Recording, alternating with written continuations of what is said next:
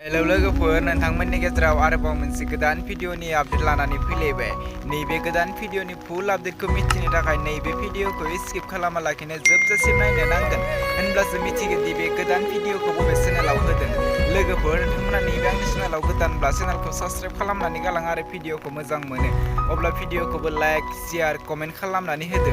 बिदिब्ला फैदो दिनैनि बे गोदान भिडिअनि गोदान आपडेटनि सायाव। दिनैनि नैबे गोदान भिडिअनि आपडेटनि टाइटेलानो जादों गोमालांजोब्बाय। बेयो मोनसे गोदान मिउजिक भिडिअ। दासिमहालागै नैबे गोदान मिउजिक भिडिअखौ फुल नायाखै अब्ला नैबे आंनि भिडिअनि गेजेरजों जोबनायाव नायनानै लानो हागोन। आं बिथांमोननि बे इउटुब चेनेलखौ लास्टआव बुंनानै होगोन। लोगोफोर नैबे भिडिअनि कास्टिं महरै दङ आर.के. सुजुमा आरो राहुल दानसोरां जेरेना। लोगोफोर बिथांमोना नैबे भिडिअखौ अलरेडि फुल आपल'ड खालामनानै होखाबाय।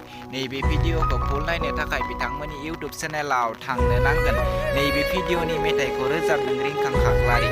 लोगोफोर बिथांमोननि इउटुब चेनेलनि मुङानो जादों r.के।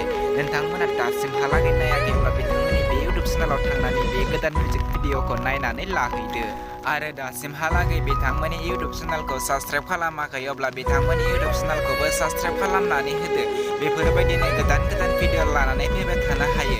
लोगोफोर नोंथांमोना बिथांमोननि चेनेलाव थांनानै भिडिअखौ लाइक शेयार कमेन्ट खालामनानै होदो जेन बिथांमोना बेफोरबायदि गोदान गोदान भिडिअ लानानै फैबाय थानो हायो। बिदिब्ला लोगोफोर दिनैनि बे गोदान भिडिअनि गुसुं आपडेटआ बेनोसै। नोंथांमोना आंनि चेनेलखौ दासिमबो साबस्क्राइब खालामाखै अब्ला आंनि चेनेलखौ साबस्क्राइब खालामनानै गालांदो। आंबो बेफोरबायदि गोदान गोदान भिडिअनि आपडेट लानानै फैबाय थायो।